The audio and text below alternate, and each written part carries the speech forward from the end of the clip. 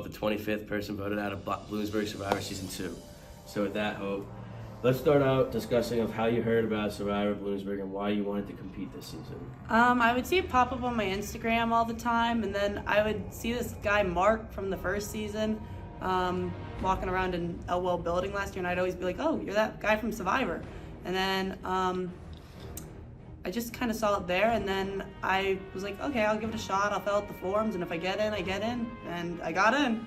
So that's how I heard about it, Instagram. What were your first impressions when you met the 29 other castaways back in episode 1? Who did you start to form with a connection with? My thoughts going in, I was like really nervous actually to meet everybody. I'm a very outgoing person, so I can really talk to anybody, but I was still nervous because that's the time when it matters most, those initial first impressions with everybody. So I was a little bit nervous meeting everybody, but for alliances that I made that day, Gianna has really been my girl since day one. Same thing with Aaron.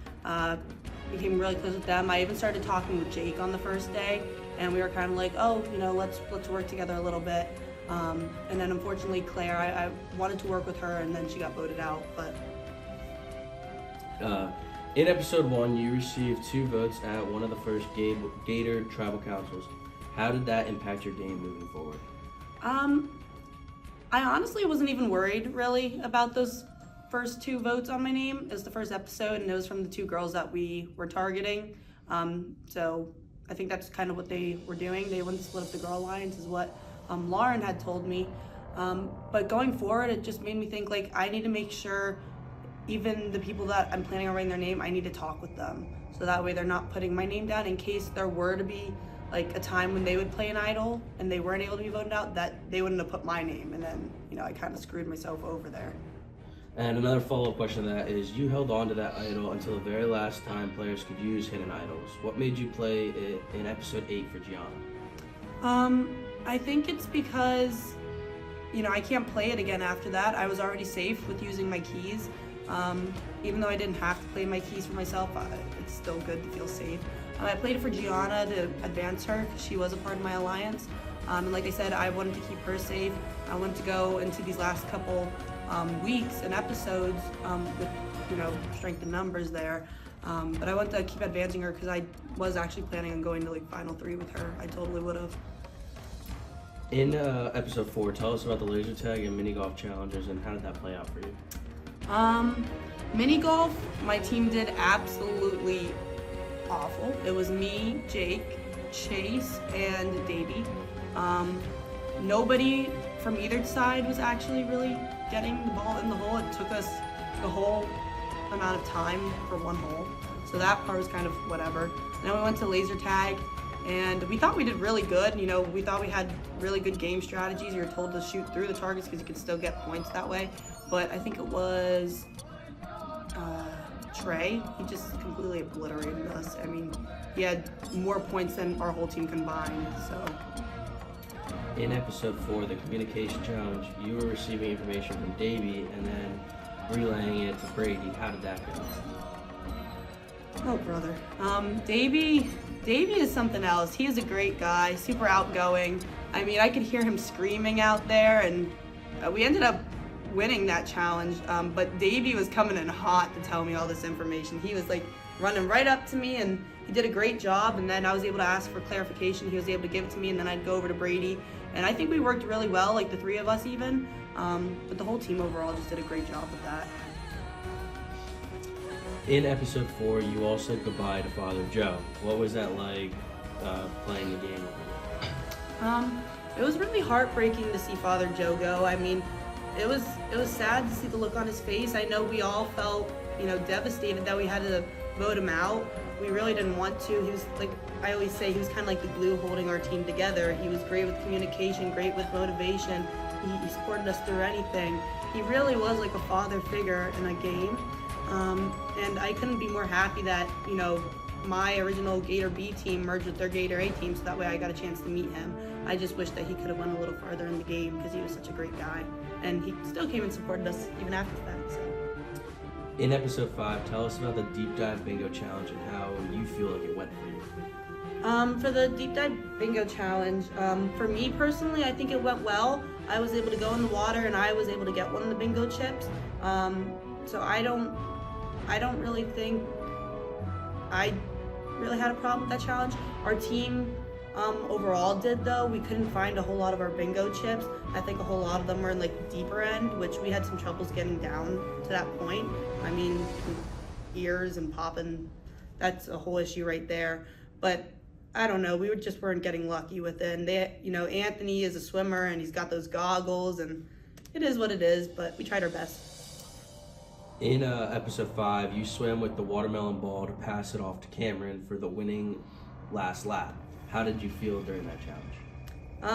I felt awesome during that challenge. I mean, our team dominated, throughout that whole thing. It kind of, gave me a sense of relief when I was able to get in the water, and I just felt great swimming. It wasn't super heavy and it wasn't super hard for me to do. I never really had too much trouble with swimming, but people said that I did a good job, and I just think our team also worked really well together during that, and it was a great feeling. In episode 8, walk us through how the Survivor History Race Challenge went for you, and how did you recall any of that information? For things like that, like when he was reading us a story, I really tried to pick out things that I thought might be in the challenge, important dates, tribe names. That one stumped me a lot, the tribe names.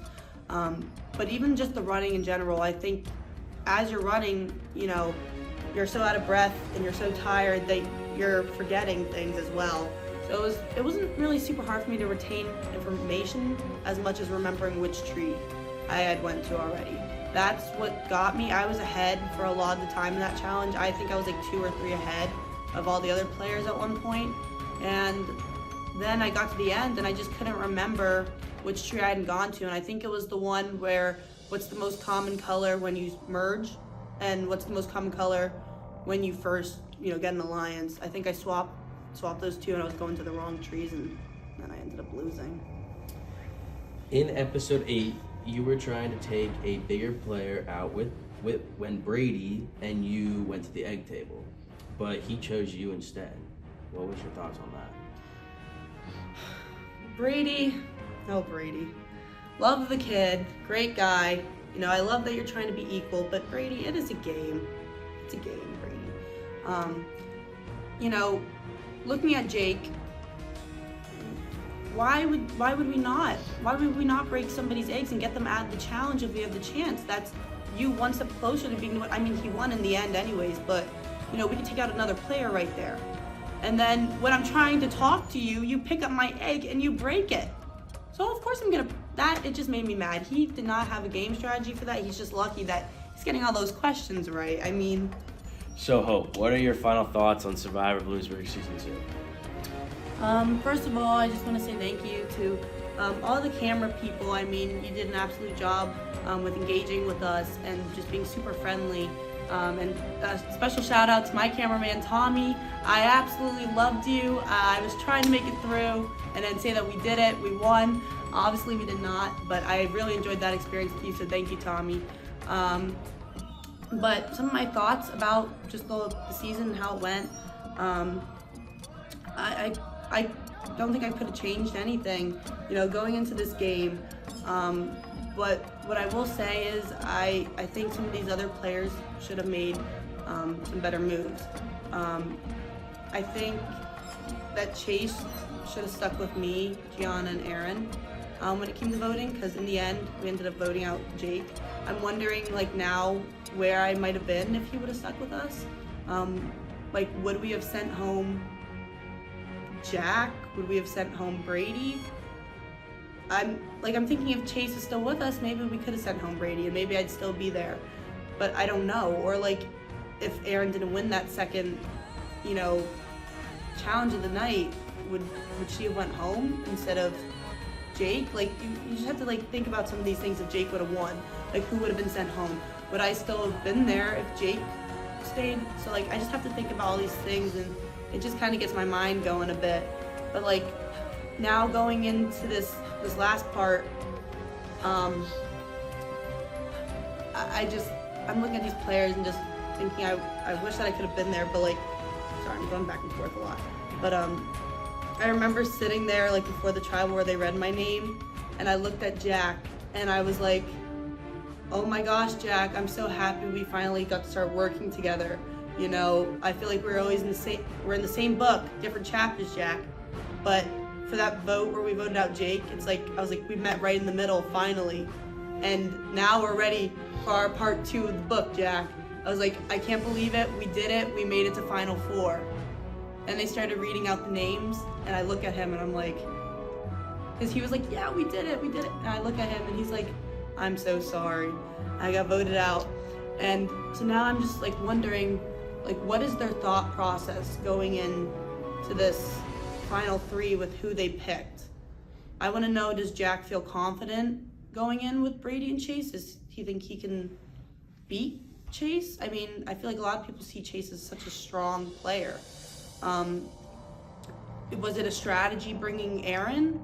I know a lot of people weren't too threatened by her game necessarily because of like those the key journeys and everything. So is that a strategy? I'm wondering if maybe next week somebody's going to just, if she doesn't end up winning, if somebody's going to bring her automatically. But I guess we'll see about that. Like, I'm thinking like that would be a good strategy to either bring, you know, I think Erin or Jack with them to the final, because I don't think they played as strong of a game as the other 2. I think that'd be a good strategy, so I guess we'll see what happens.